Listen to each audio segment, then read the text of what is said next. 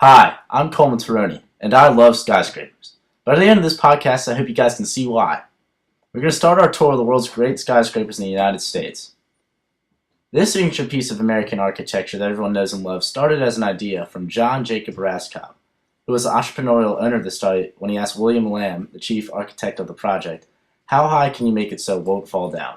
Completed in 1931, the Empire State Building stands at 1,250 feet, which made it the tallest building in the world at the time and for the next 41 years. The American public has always been fascinated with this building, and to this day it attracts over 2 million visitors a year. We're going to stay in New York for our next building, the World Trade Center.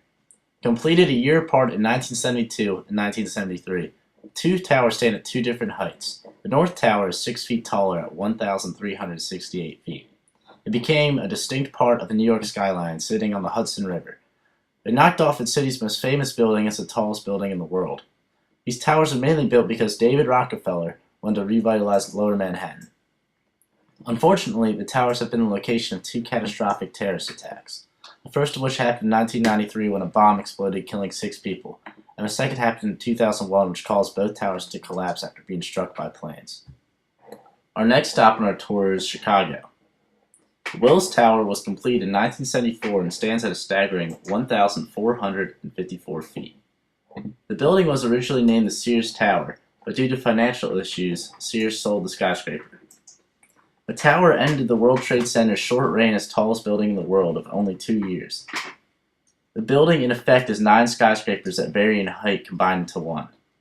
In this image you can see one facade of the building with 3 different heights.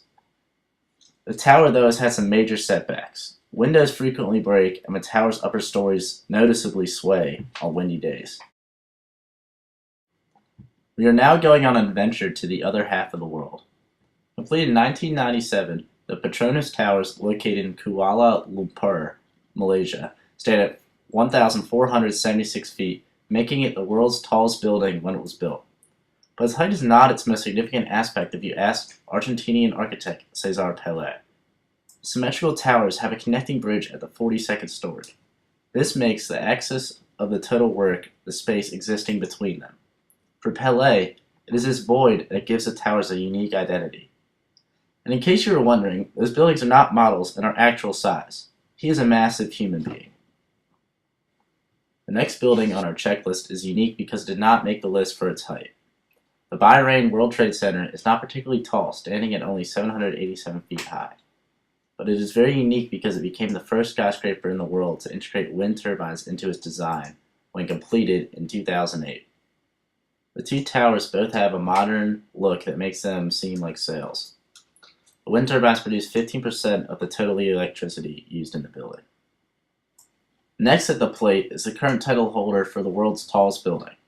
The Burj Khalifa took skyscrapers to the next level. It stands at 2,717 feet, which makes it the tallest building in the world by 746 feet. Gee whiz. The Burj Khalifa looks like it's something out of a fairy tale with its 163 floors. Located in Dubai, which is currently home to 9 of the world's top 35 tallest buildings, the Burj Khalifa looks the tallest by a mile.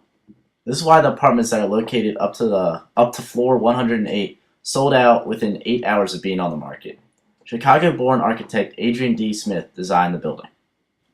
The Burj Khalifa has changed things in the world of super talls. At this very moment, there are 2 buildings being constructed that will surpass 2,000 feet, one of which will be taller than the Burj Khalifa.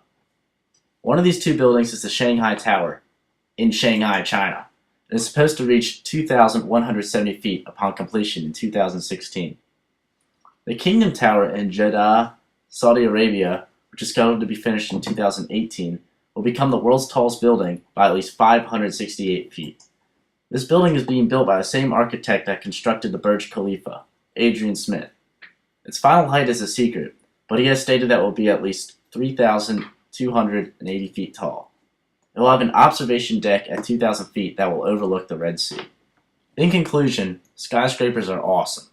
The main thing that stands out to me is how every single one is different. They all reach these crazy heights in varying ways. The next 20 years are going to be absurd years for skyscrapers, as more extravagant projects like Kingdom Tower are bound to happen. The race for the world's tallest building will be an ongoing process that I do not see stopping at any time in the near future. Thanks for listening. I hope next time you see a sweet skyscraper, you think of all the things you learned today. I'm Coleman Taroni, and it's been a pleasure.